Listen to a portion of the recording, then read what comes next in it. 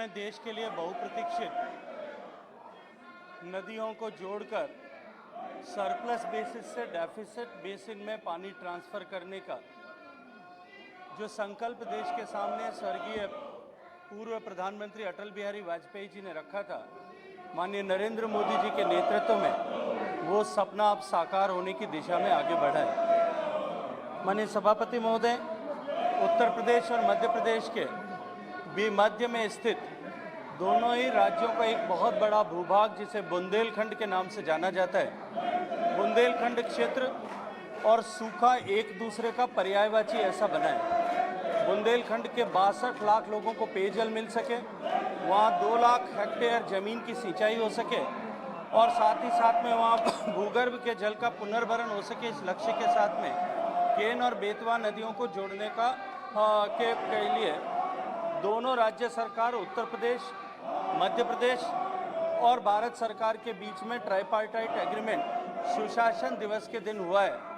मैं दोनों राज्यों का माननीय मुख्यमंत्रियों का इस सदन के पटल पर खड़े होकर के आज इस ऐतिहासिक निर्णय के लिए जो एक नई शुरुआत देश में होगी, मैं उनका अभिनंदन करना चाहता हूं, आभार व्यक्त करना चाहता हूं।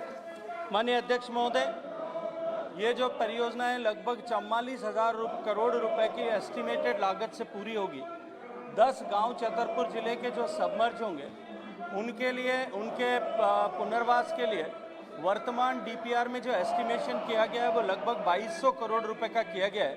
लेकिन क्योंकि अभी योजना का कैबिनेट अप्रूवल इसके कंस्ट्रक्शन की बाकी है, इसलिए डिस्प्लेस होने वाली फैमिलीज़ को पुनर्वास की प्रक्रिया के बारे में, इसके बारे में टिप्पणी करना अभी उचित नहीं होगा। लेकिन मैं ये मानता हूँ कि ये परियोजना निश्चित रूप से इस पूरे क्षेत्र का तकदीर बदलने के साथ साथ में भारत में नदियों को जोड़ने की इस नई व्यवस्था का शुभारंभ करने वाली बनेगी। माननीय अध्यक्ष महोदय, आपके माध्यम से मैं माननीय मंत्री जी से पूछना चाहता हूं, क्या जल शक्ति मंत्रालय को पर्यावरण, वन और जलवायु परिवर्तन मंत्रालय से केन बेतवा लिंक परियोजना के स्टेज 1 और स्टेज 2 के फॉरेस्ट क्लियरेंस मिल गया है? अगर नहीं मिला है तो इसके बारे में क्या प्रयास किए जा रहे हैं?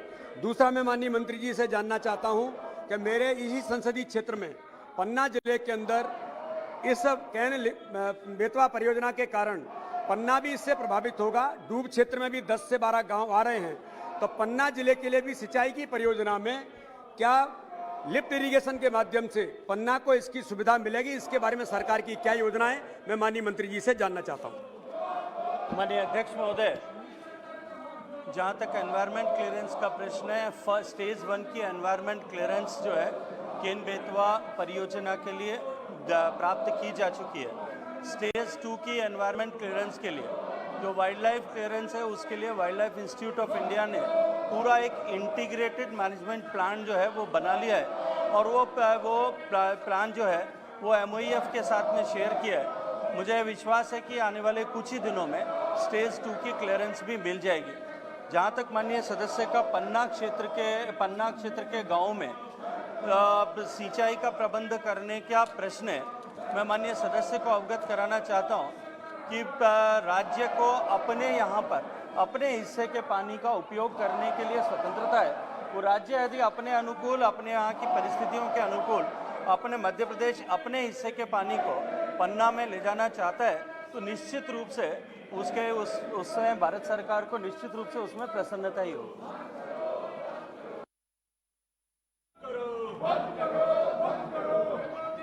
दिखा रहे हैं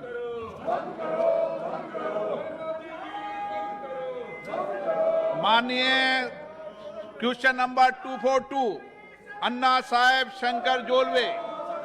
माननीय मंत्री जी